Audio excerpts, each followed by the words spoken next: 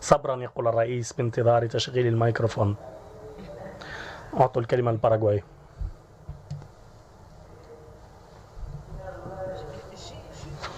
لدي فقط شك إن سمحتم في آخر لحظة.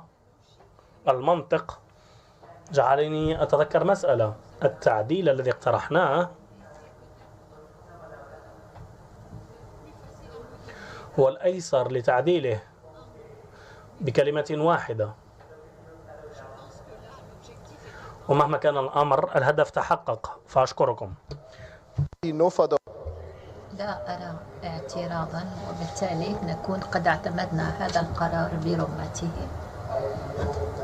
لا أرى دولة عضو تطلب الكلمة أو تعترض، وبذلك نكون قد اعتمدنا القرار 20.7/33.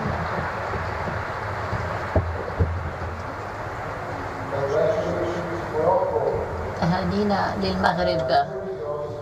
لك الكلمة ل5 دقائق.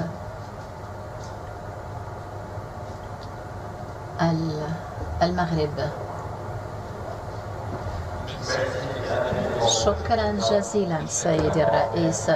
الأصدقاء الأعزاء، أعضاء اللجنة، ممثلي الأمانة الأعزاء، إنه لمن دواعي سعادتي أن أعرب لكم باسم المملكة المغربية امتناننا العميق عقب تسجيل القفطان المغربي على قائمة التراث غير المادي للإنسانية. هذا الثوب التقليدي هو يجسد بشكل حميم هوية المغرب، ويجسد عبقرية وإلهام وإبداع الشعب المغربي العريق. هذه معارف تنقل من جيل إلى جيل عبر القرون. هذا التسجيل